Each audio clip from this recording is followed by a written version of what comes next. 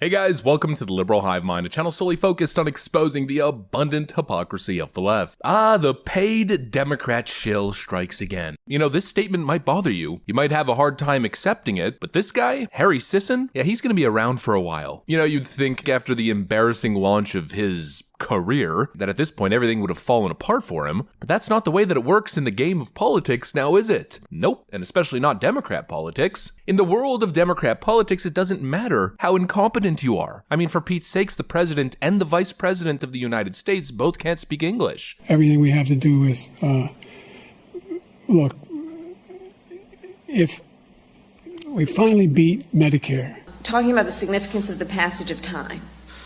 Right? The significance of the passage of time.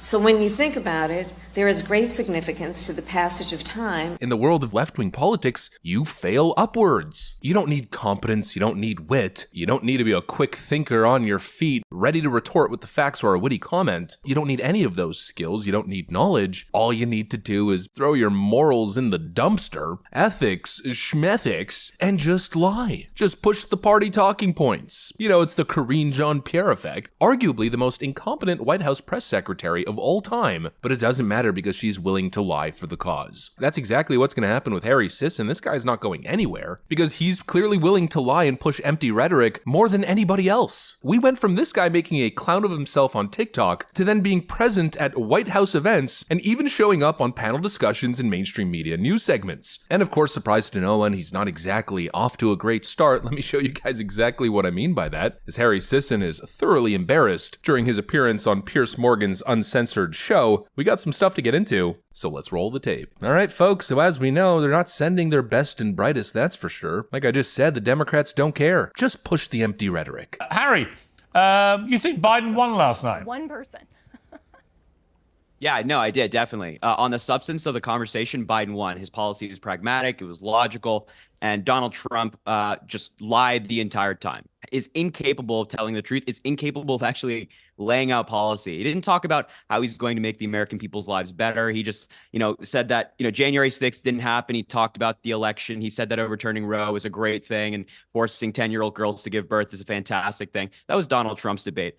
So on the substance of the conversation, Joe Biden absolutely prevailed. Right, but the problem you've got is I saw the CNN fact checkers on Joe Biden's public statements last night, and it was just untruth after untruth after untruth.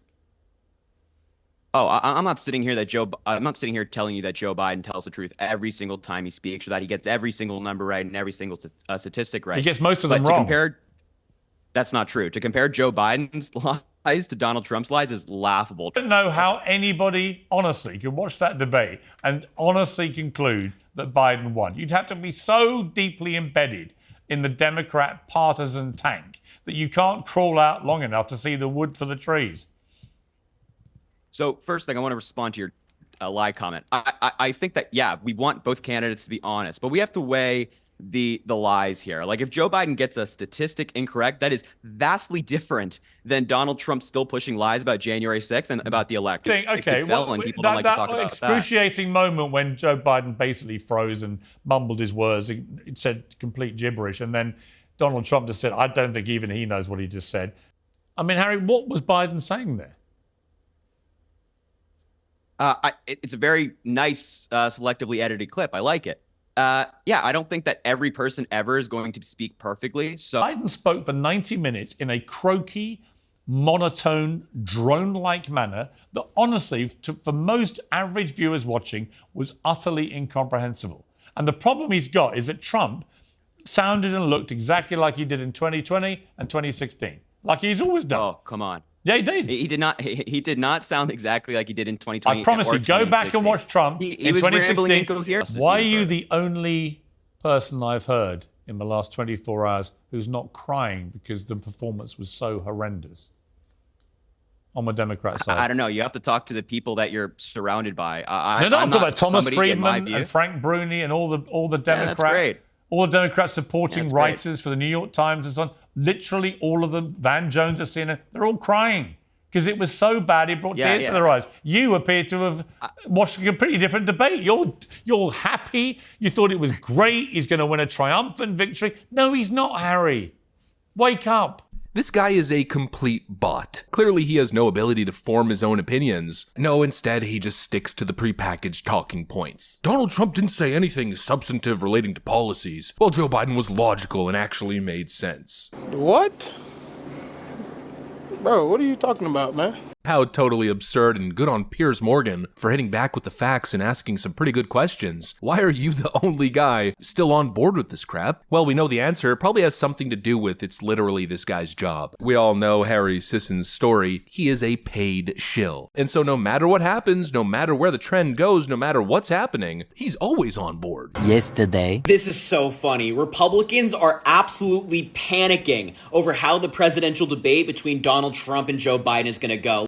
Oh, scary. Oh, shiver my timbers. You think that Joe Biden is sleepy and he doesn't know where he is, but that's not the truth. So when Joe Biden gets up on the debate stage tomorrow and destroys Donald Trump in the debate,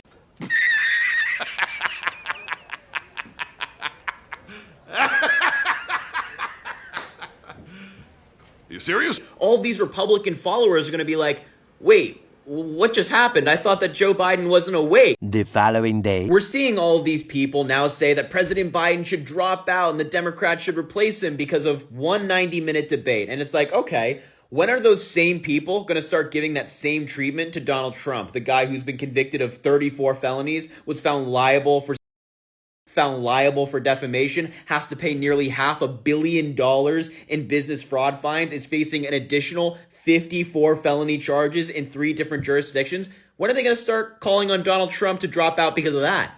You know, I think all of that is a lot more significant than one 90-minute debate, but that's just me. You have to admit it's some pretty funny stuff, huh? What an interesting character this guy is. Here he is going on and on about Donald Trump's lies, as he straight up lies and gaslights the public. He claimed that Joe Biden was more logical, coherent, and more policy-driven. Biden packed more substance was essentially what he said. A very interesting claim considering we just got this CBS News/YouGov poll, a very highly partisan left-wing pollster that released these numbers. At the debate, which candidate presented ideas clearly? Trump wins by 26 points. Appeared presidential. Trump wins, I think, by 18 points. I'm trying to do quick math here. Inspired confidence. Trump wins by 26 points. Explain policies and plans. Trump wins by 8 points. The entire premise they're trying to build is that Joe Biden told no lies and Donald Trump did nothing but lie. Harry Sisson just jumps on board. I told you, no intellectual honesty from this guy. He just promotes the talking point, and the talking point of the day is that Joe Biden told 0 lies, and Donald Trump probably told like 70,000 mistruths. That's the talking point, even though we know CNN was fact-checking Joe Biden on the night of, and they didn't even really scratch the surface. And again, this grandstanding on the issue of who's honest is coming from this guy, this Harry Sisson fellow, who on the night of the debate claimed that Joe Biden was being attacked by Republicans because he has a stutter. All of these MAGA Republicans who are making fun of President Biden for having a stutter are disgusting. How dare you make fun of a speech impediment? It's a slap in the face to the millions of Americans who either have one or know someone who does. Have some damn respect. Have some damn respect for yourself, Harry Sisson. I mean, holy moly, this guy has completely sold his soul to the DNC devil. He is an utter, walking, talking embarrassment, and once again, he gets publicly BTFO'd, and so you know exactly what that means. He's probably going to be a Democrat presidential candidate at some point. Maybe even the president. I mean, hey, if AOC could do it, why can't Harry? I don't know, honestly, I don't even want to spend more time on this video. I already have this guy muted on Twitter, and that truly means something because I do not block or mute anyone. I'm a hardcore believer in free speech, but this guy, I mean, he was just having an effect on my mental health. I just couldn't handle the level of propaganda and dishonesty. I had to mute the guy. I don't want to spend more time than I need to with this guy. I think his interactions mostly speak for themselves. So that's it, that's the video. Thanks for watching, and I'll see you on the next one.